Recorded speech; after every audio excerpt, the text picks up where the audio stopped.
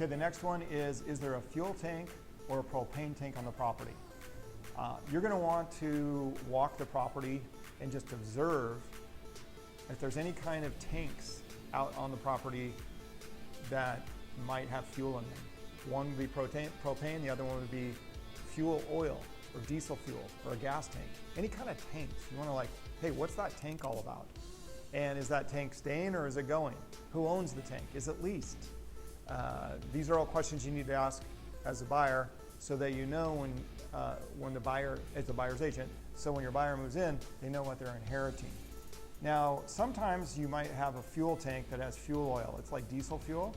And a lot of times those are used to fire a furnace for like hot water floor heating, radiant heat in the floor. They'll use that to heat the water for the in-floor heating.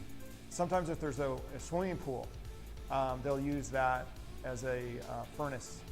They'll use that as fuel to heat the furnace for the pool, for the heated pool. The other one is on the propane tank.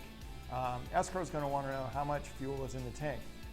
So a lot of times they'll ask you or their listing agent to go out to the property and just take a picture of the gauge for the propane tank, because the seller's already paid for that amount of fuel that's in the tank.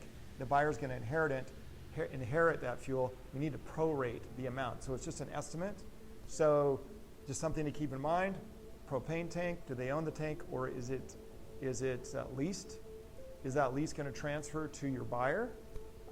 Those kind of things. Fuel tank, how much fuel is in the tank? What kind of fuel is it? Where do they buy the fuel from?